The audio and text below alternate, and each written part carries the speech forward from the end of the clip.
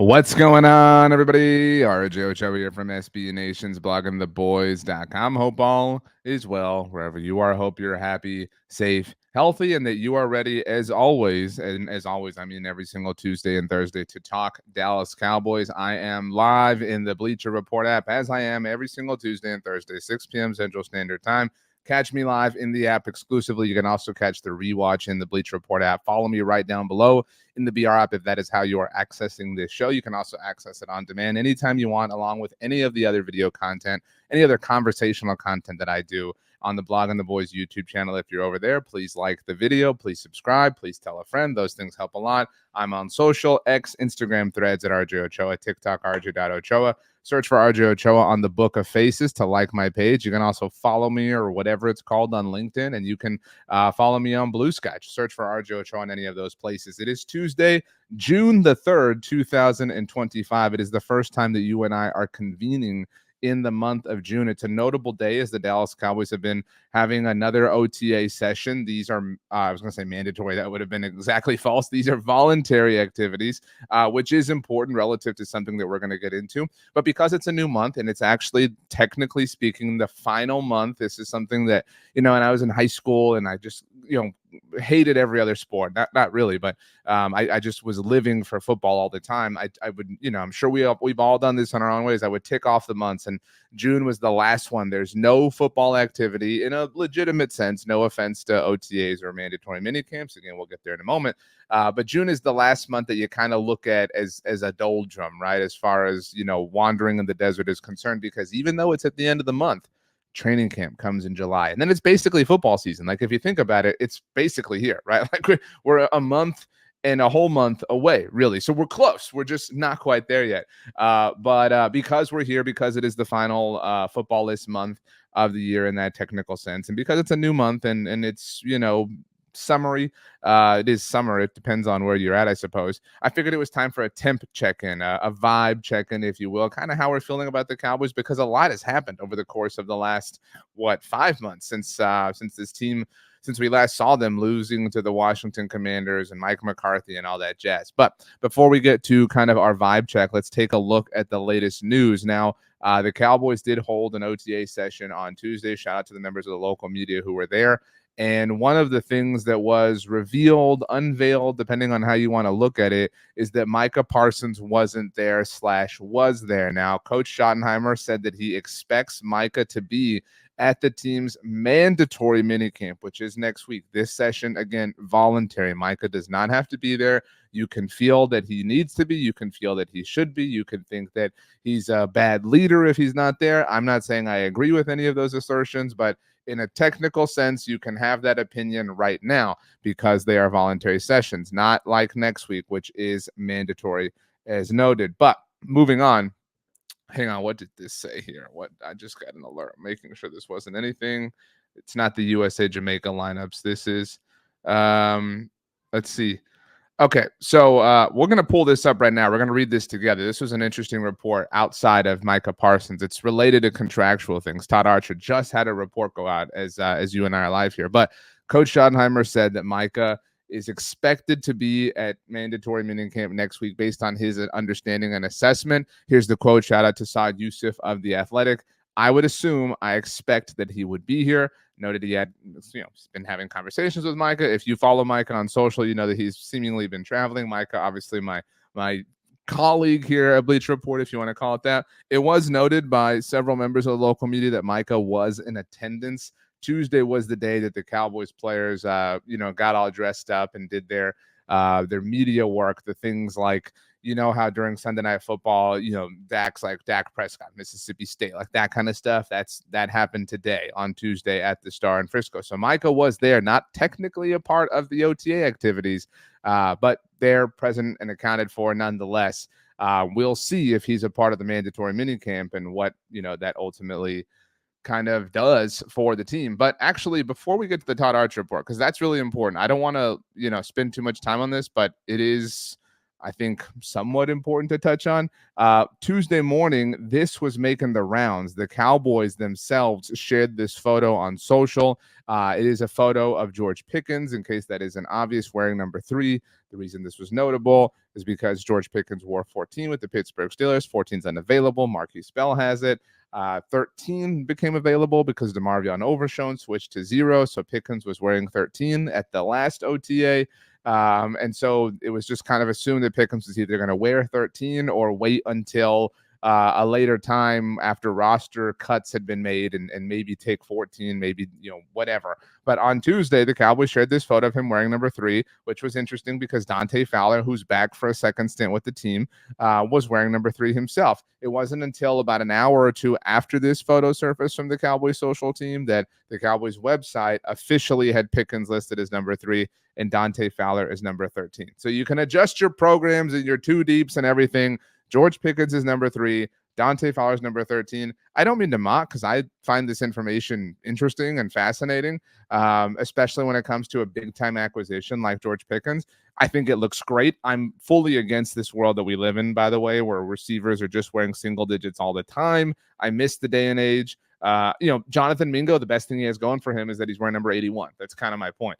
That being said, I can't, disagree. George Pickens looks great. Like there's just zero doubt about it. But so I wanted to make sure you had that taken care of. But let's get to Todd Archer's report because this just launched. Todd had some OTA observations, but this just went out a few moments ago as, again, we're chatting here live. This is at ESPN. That's who Todd Archer works for. So I'm reading this for the first time with you.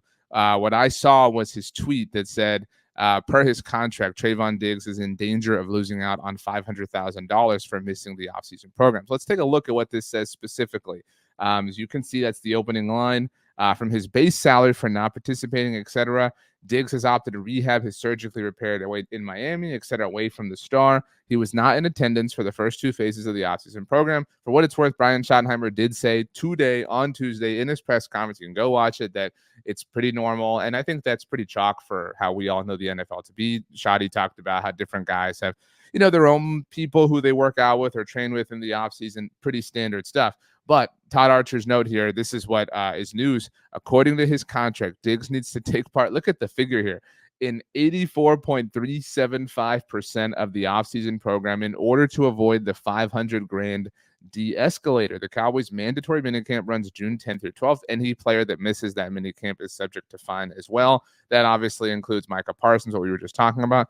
Diggs is believed, let's see here, while the offseason program is voluntary for years, the Cowboys have base salary escalator clauses written in their large contracts that have been given out, including the quarterback, blah, blah, blah, that all but guarantees a player's participation. Yeah, because this clause is basically show up or else we won't enact this fine. Diggs is believed to be the first player. This is interesting here. Diggs is believed to be the first player that could see a lowering of his base salary if the Cowboys choose to enforce the clause. Even though Diggs is rehabbing from surgery, the contract states a player must rehab such injury as required by and under the supervision of the club's head trainer until such time, blah, blah, blah. Supervised rehab by player with club's head trainer will count towards the player's percentage completion requirement. This is interesting here. Just making sure there's nothing else about this here. Diggs is likely to start camp on the PUP list. I think we all kind of assume this. If he opens the season on the PUP, this is worth remembering as we get closer, and obviously as it relates to somebody like DeMarvion Overshown, potentially Savon Ravel. But if he opens the season on PUP, he would miss at least the first 4 games. Again, if you begin the season, if you don't want that to happen, if a player, so we saw this with Michael Gallup a couple years ago, the player must carry you on their 53-man roster. They can put you on injured reserve after they have done so. But if you start the season in a technical sense on the PUP list, you got to miss the first 4 games. There is some concern at cornerback with the Diggs injury and the loss of nickel corner Jordan Lewis, blah, blah, blah, blah, blah. Wow. Okay. So my overall take on this and reading it is that I find it very interesting. Todd Archer is one of the very best, among the gold standard when it comes to the Dallas Cowboys beat. And I find it interesting that this story made its way out, especially with a week's worth of notice before next week's mandatory minicamp, because let's be honest, the whole premise of this discussion here today is vibe check, temp check, right? The vibes around Trayvon Diggs, at least from the fan base, from what I've seen this offseason, have not been like super well, or I was going to say warm and welcoming, and I wound up saying whelm, but super harmonious. So I think there's a lot of people who are now. I don't put myself in this box. I'm just talking about comments I read, things like that. I think there's a lot of people who are ready to move on, and maybe not even move on, but I think some people are kind of just getting anxious and tired of unknown and unpredictability. And unpredictability and unknown isn't necessarily even Trayvon's fault. I mean, he got hurt. How is that his fault? He's had some louder moments in recent history, and I say all this tongue in cheek. I mean, the interaction with Mike Leslie, with the calling him out, and then the nuts, peanuts thing that he did. I mean, whatever, but he's a very good football player. Like, if you don't want him on your football team, I think you're being a little bit too picky. And I don't think you're building this team responsibly, because there is a question, especially in the aftermath of Jordan Lewis leaving in free agency. Now, it's fine that the Jaguars paid Jordan Lewis. We wish him well. We'll be rooting for him. But the Cowboys have a problem. Right now, who are their starting corners? Right now, the Cowboys are lining up in nickel. Who's playing for them? I'm legitimately asking you that question. Let's say it's week 2. Because I don't know that Trayvon Diggs is playing right now. I think that's a fair question to ask. I think we think Deron Bland is there. I think Kaiir Elam was traded for partly as insurance for this whole situation. In fact, I recently wrote an article about how Kaiir Elam could wind up, paying off a massive return on investment in terms of snaps played and things like that, because of the role he might be able to or might have to play as a result of questions either from an injury or play perspective surrounding the position at large. So right now the Cowboys are lining up to go play, and it's Deron Bland and Kaiir Elam outside. Is that what we're doing? Who's playing nickel? I mean, if Trayvon's there, I suppose Deron Bland's playing a nickel. But right now, it's a bit of a question in terms of how they can run out and operate. And I don't mean to speculate wildly and say, oh, it's interesting that this is coming out. I know I just said this, but it makes sense that the Cowboys would want him to be a part of things. I don't necessarily endorse this, but they have made it a point to toe that line when it comes to Micah Parsons, right? Anything we've read or seen is, hey, we want him to prove that he's a leader. And again, as if he hasn't done that already, but we want to see him prove it. We want to see him here. We want to see him showing up. We don't want to see a holdout situation. I don't think anybody is less of a leader if they hold out. I don't think less of CeeDee Lamb from a year ago or players in the past, whatever, blah, blah, blah. That being said, I can understand the Cowboys are kind of feeling antsy a little bit. And these are me putting words in, this is me putting words in their mouth, because they've got all this going on, all this change, all these new players, particularly in this specific position room, right? We're talking about, we've already mentioned Kaiir Elam, we've mentioned Savon Ravel. Jordan Lewis isn't a change in terms of being a new player, but he's a change in terms of being gone, right? Like, you have all of these players who are now a part of the mix and a new group, and Al Harris is no longer there. So you've got a lot that's happening, and Trayvon not a part of it. Now, Trayvon's entitled to do what he wants and train how he wants. We all fully understand that, and I hope agree with it. But it makes sense. It's one of those things where, if he wants to train, he feels like that's the best way to do it, especially if he feels like the Cowboys are going to move on from him in the offseason and wants to position himself to be able to cash in the right kind of way. Maybe he wants to go play with his brother somewhere. I don't know. But either way, it makes sense for the Cowboys to want, group harmony, group presence. I mean, they have all these things going on. Last week, and I wrote about this yesterday as well, the Cowboys had this Legends Day that Brian Schottenheimer put together, which was really cool, where they had all these former players who played for the team, obviously, come out and just kind of mingle with people. Mickey Spagnuolo had a great article about this up on DallasCowboys.com, how they were not just out at the practice field, but sitting in meetings with them. And that is cool. We talk a lot about how the expectation and the history of who the Cowboys are weighs heavily, obviously, on the current team, whoever it is, whatever year we're in. It's kind of cool that Brian Schottenheimer is saying, hey, like, this is why we are who we are. Like, this is the legacy we're looking to, uplift and uphold. The reason that, this crown is so heavy is because of them. I think that's awesome. And I think it's cool to have your players interact with everybody in that sense and have that group camaraderie being built, connecting to the past, obviously connecting the future. And it would make sense that you would want somebody like Trayvon Diggs to be a part of it. Now, I'm not accusing the Cowboys of putting this story out as some sort of would-be impetus to get Trayvon Diggs to the mandatory minicamp next week. And for all we know, Trayvon was already planning on going to the mandatory minicamp next week.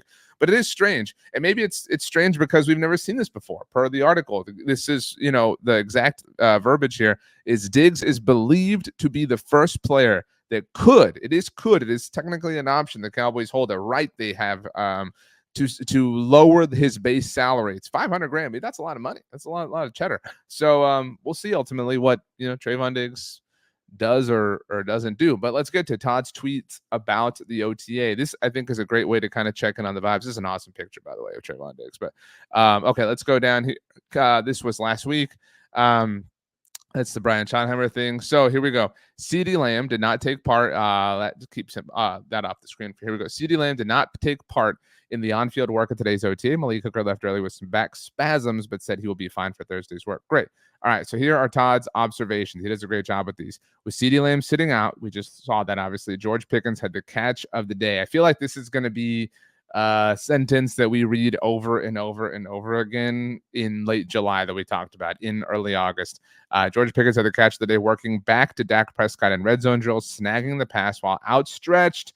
That's number 3, outstretched, and still managing to get his feet down. Big celebration after the catch from the players. Second round pick, Donovan Ezuraku, spent a couple of snaps playing off-ball linebacker as the Cowboys deployed a different front. He appeared comfortable working in space, but his main call to action will be rushing the passer. So don't worry. Thanks, Todd. Damone Clark picked off Joe Milton on a seam throw to tight end Princeton Fant, second year for Fant. Nice job by Clark reading the quarterback's eyes. Brian Schottenheimer said it looks like Clark is picking things up quickly in Matt Eberflus's scheme. We've been talking so much about Matt Eberflus and the role he's going to play, etc., with the team's linebackers, and it's just an OTA practice. Nobody's trying to read too much into anything, but it is nice to see a linebacker benefiting from that. Some more from Todd. A couple good throws from Will Grier. Everybody's all in on Joe Milton, but let's not forget about Will Grier. Stepping up in the pocket while pressured from his right and finding Kelvin Harmon, and later rolling to his left, finding Treshawn Holden on a crossing route. In addition to the touchdown to pass to Pickens, Prescott found Jalen Tolbert in the back of the end zone for a score. A third touchdown was wiped out by a Brevin Span for a drop. Practice was moved indoors after individual drills because of wind. The last 2 days, the Cowboys have held their media days. We talked about this, obviously, with Micah, which players do their network introductions, blah, blah, blah, blah, blah. It's also, as Todd notes here, the things, if you've ever been to a Cowboys game, when they're on the Jumbotron, and they're like, they're like telling people to get loud, like, so, it's that kind of stuff. So that stuff has to get filmed at some point in time, and that day was today, Tuesday, June the 3rd. So remember that whenever that is happening, whenever you're at a Cowboys game and you see that took place on Tuesday, June the 3rd, on the day when we learned about the de-escalator clause that could potentially exist in Trayvon Diggs' contract. That note aside, to kind of, now spend some time, temp check, vibe check, whatever you want to call it. Dare I say that, I tweeted this out as the show started, and somebody said apathetic. I in no way think that I in no way feel apathetic about the Cowboys right now. Now, I will be totally honest with you. I have felt apathetic about the Cowboys many times in the past, particularly last year. Last year, there was not a point throughout the calendar year of 2024 where I take that back. There was one moment in time where I felt excitement, and it was talking about Jalen Tolbert, the win in Pittsburgh. That whole night was strange and weird with the weather delay and everything that went into it, and the Celine Dion video at the beginning, the kind of pregame hype speech thing. That being said, for the most part, for about 95% of 2024, I think you were pretty checked out on this team and pretty kind of like just going with the motions, going with the flow. They did a great job of making us apathetic, of building up this callus. And now, look, am I like lining up to buy a jersey or anything right now? No, but I'm really excited about this team.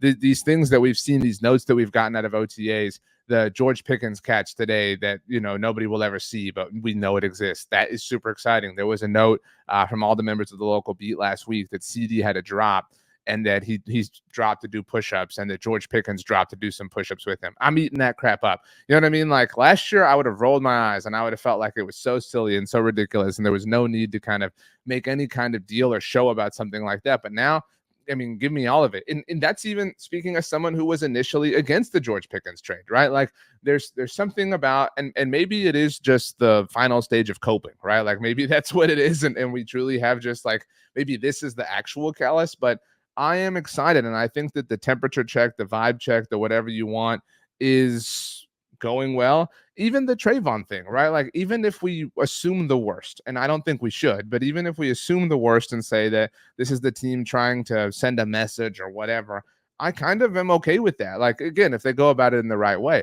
I like that the Cowboys are trying to take this as serious as possible. I think that Brian Schottenheimer is trying to take this as serious as possible, not just in a fundamental schematic way, but in terms of Brian. Look, one of my most favorite things that Mike McCarthy ever said.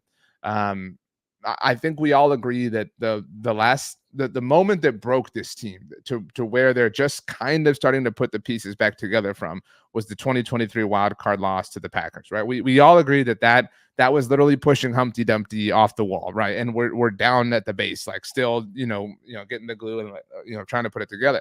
Last year was just like leaving the pieces on the ground. That being said, in his first press conference following the wild card loss, the season-ending loss, it was devastating. There were very little things that you can say in a press conference like that would be positive. But I loved that Mike McCarthy said, because at that point it really felt like, and I know some people feel this way now, like the drought is never going to end. It's never going to go away. We're just going to be stuck here for forever. And Mike McCarthy was kind of asked about that. And he said, in a very polite way, he said, look, we take full responsibility for the things and the actions that we have been a part of here together, but we take no responsibility for the drought that came before us. And he's right. And Brian Schottenheimer owes us nothing from that. I know he was obviously a part of the staff, but it isn't Brian Schottenheimer's fault that the Cowboys haven't won the Super Bowl in almost 30 years. It isn't Dak Prescott's fault, right? It is their fault that they haven't done certain things in the times they've been affiliated with the team. We can all square that in our minds, but it isn't fair to hold this whole drought on one person or against one person. And I thought that was really wise that Mike McCarthy said that now a year and a half ago.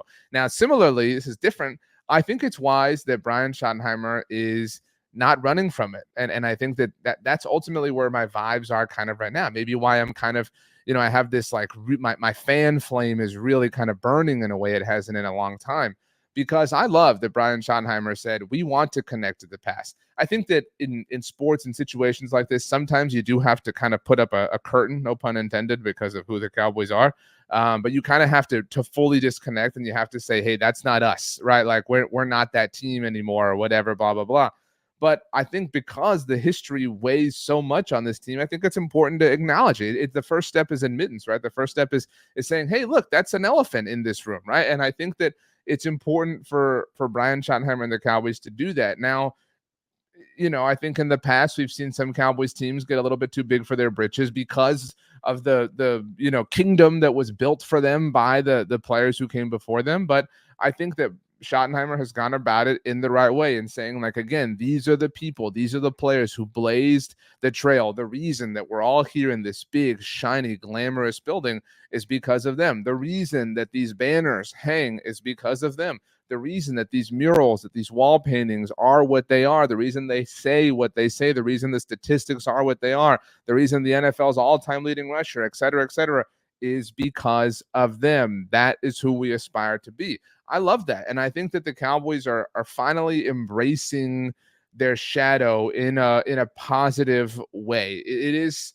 hard, I think, to not run from it, right? It's like, the child who doesn't want to go into the family business and no, I want to do something different. I want to forge my own path. There's honor and there's, legitimacy to that, right? There's, you want to do your own thing. You want to make it on your own. But, I think the Cowboys have finally understood they have to do that, but they also don't have to change their last name. They don't have to, they don't have to ignore the past. They don't have to pretend that they're foreigners to the past. And some of them kind of are the past, right? Like Dak's been around a long time. Even CD's been around a bit, and Micah's going on half a decade now. Like, these players are, now not just little puppies, right? Like they're maybe not the seniors on campus in this, analogous form, but they're the juniors, right? Some of them are sophomores, but they are people who have serious stake in this game and who have already kind of built this program up. And so I think it is very wise of Brian Schottenheimer to, open the door to that. And that's, I think they're doing wise things. I really am stunned about. Now, I maintain that they're still doing some stupid stuff, right? Like we opened this show talking about how Micah Parsons was there, but not technically there, but he did the media stuff, but obviously still doesn't have a contract extension. That remains dumb. Like I have no problem giving the Cowboys the kudos that they deserve. And equally, I have zero issue, calling out the things that are fair to call out, right? It's fair to say, man, they look like they're really trying. They're connecting to the past. They're not running from their shadows, blah, blah, blah, blah, blah. But if we are checking vibes and temperature, what the hell are you doing, dude? It's June the 3rd, and Micah still doesn't have an extension. Why? There's no reason. Whoever you are, even if you are fully buying all of the positive vibes, even if your temperature is 100 degrees of positivity, right? There is not an excuse, not a rational excuse you can offer as to why Micah doesn't have a deal. There's not a rational excuse you can offer as to why Micah didn't have a deal last offseason. And you might say, well, hold on, Miss Lippy. The reason for last year is because they were taking care of Dak and CeeDee. Boom. I tell you what, you're right. But they procrastinated those things too. And we've been saying this, how they're going to have to eventually at some point, and it may not even be until 100 years from now, but there's going to have to be an offseason of reckoning. There's going to have to be an offseason where they just get all the way caught up, right? Like, you ever have a day like that where you just like, man, I'm so behind on this. I got laundry, I got to clean the house, I got to take the kids, I got to cook, I got to plan, I got to whatever. And like, you get nothing done as far as, modern objectives or goals or things that have to be taken care of. You just spent the whole day catching up to get to base zero, right? Like, that's kind of the offseason that the Cowboys need. Now, they've done a lot to get back to base, right? But they're still in the red, right? Like, we need that Black Friday sale, so to speak, to get back into the black. That's the whole point of Black Friday. So we haven't seen that happen yet, because the longer you wait, the longer you continue to delay these things, the further into the future it continues to ripple. If you keep waiting on Micah, you're not going to have a chance to get ahead on Tyler Smith or DaRon Bland, or, as someone who was against the trade initially has said, George Pickens. There's no reason, right? I tell you what, I bet you've been thinking about that whole petition that I had a month ago. Cowboys should extend George Pickens now, because you've grown to like him even more than you already did, because I was against it. You were for it. I see no issue. I see no reason why the Cowboys should not extend George Pickens, Tyler Smith, DaRon Bland this offseason. Obviously, Micah Parsons. I'm not saying do any of those before him, but those are the bad things, right? Like, those are the, what are you doing? You can't justify this. You have to get this done. Please take care of it. Signed, literally everybody. That's kind of it, right? Like, and it's not technically as bad of a situation. I am not saying this as an excuse. I'm not giving them an out. All right. I'm not justifying their procrastination or reluctance or whatever you want to call it in this capacity. But it isn't. It's only a 99 out of 100 on a flagrant scale, as opposed to the 100 that it's been annually for a few years. That being said, it should still be taken care of. But for the most part, it's pretty kumbaya, man. I mean, it really is. And like, what's the worst that can happen? They suck and the Eagles win the Super Bowl. Oh no, how will we ever deal with that, right? Like, we have no experience in that capacity whatsoever. So I'm very pleased with where the Cowboys are at. I think the temperature, vibe, whatever you want to call it, is good. And I think if you are still down on them, and I know that there are some of you out there, I think you've just determined to be down on them, right? Like, you're just operating with that objective, because I have zero issue, like I said, hating on this team. Go through my video log, go through my tweets, go through my article history. I will call this team out when they need to be called out. But I don't think that they deserve that right now. They do in some senses. They need to take care of certain things, right? The Micah deal, chief among them. But for the most part, they are moving and grooving and operating and functioning like a legitimate NFL team. And I've used words like that this offseason, but it's because they're kind of rare, right? Like, it's kind of strange to all sit down to dinner together as a family and talk about our day. That's kind of what we've been doing with the Cowboys for the last few months. Like, yeah, it was cool. How you don't even know what to say, right? Like, you're eating your food, you're like, yeah, it was fine. And sure, I'll take some ice cream for dessert, right? Like, that's kind of how, like, we almost don't know, like, how to do this anymore. Like, we're so used to something else. We've been conditioned to it that normal feels awkward now all of a sudden. We're just waiting for the shoe to drop, waiting for the negative thing. And that's why if you give us the positive thing finally at the end of it, the Micah deal or whatever the case, we'll freak out. We'll throw you a parade. We don't even have to wait for you to win the Super Bowl. We'll do it this time. So cool. I'm pumped. I think you're pumped.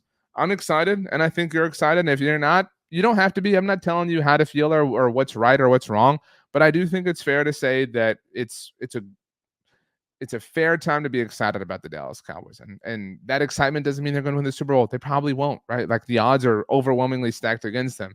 But it's fun, and it hasn't been this fun in a while. And so I'm having fun. I hope you're having fun, and let's keep having fun together. We will have some more fun on Thursday here in the Bleacher Report app. 6 p.m. Central Standard Time is when we go live. You can watch us in the app. You can watch it on demand in the app. You can watch it on demand on the Blog and the Boys YouTube channel. You can hang out with me on social, talking all things Dallas Cowboys all day, every day. It's my job. I'm very grateful to God for it. And I'm so pleased to connect with people like you who love the Cowboys as much or even more, maybe, than I do. So, yeah, for now, my friends, I bid you adieu. I hope you have some ice cream for dessert. I had some yesterday. I had a nice ice cream cone, strawberry. And I told some friends at this. I was like texting with some people, and I said, "Yeah, I'm gonna have some ice cream." And the kind of natural question is like, "What flavor?" And I said, "Strawberry." And like all my friends roasted me. They were like, "Just strawberry ice cream." It was delicious. And if you don't like strawberry ice cream, then I question everything about you. Thanks so much for hanging out, everybody. We will see you next time, and go Cowboys.